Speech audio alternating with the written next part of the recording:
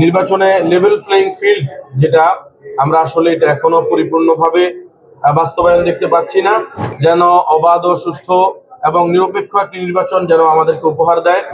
আসলে অভিযোগ হলো আমাদের প্রশাসনকে দেখতেছি একটা একটা দিক কেন্দ্রিক, একটা দল কেন্দ্রিক ঢুকে যাচ্ছে। এটাতে আমরা শঙ্কিত।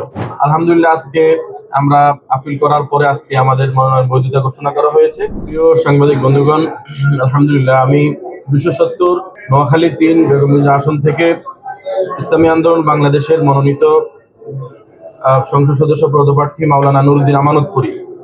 আমার গত 3 জানুয়ারি বাছাই পর্বে আমার রিটার্নটা দাখিল না করার কারণে মনোনয়ন বাতিল করা হয়েছিল। আলহামদুলিল্লাহ আজকে আমরা আপিল করার পরে আজকে আমাদের মনোনয়ন বৈধতা ঘোষণা করা হয়েছে।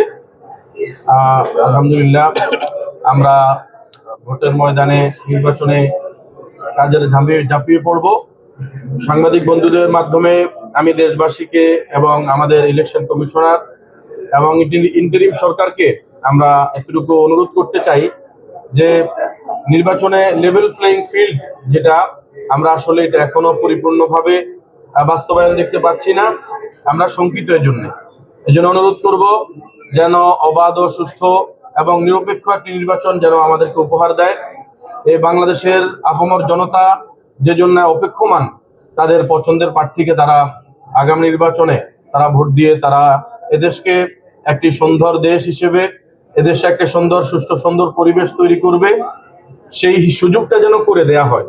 আমি আপনাদেরকে ধন্যবাদ জানাই।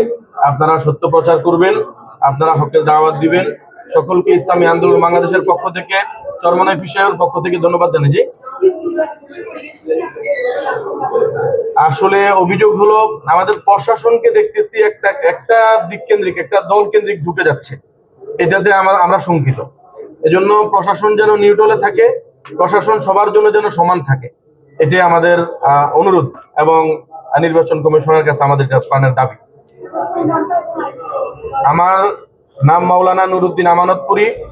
আমার দল ইসলামী আন্দোলন বাংলাদেশ তথা পীর সাহেব চরমনাইয়ের সংগঠন। আমাদের প্রতীক হলো হাত পাখা।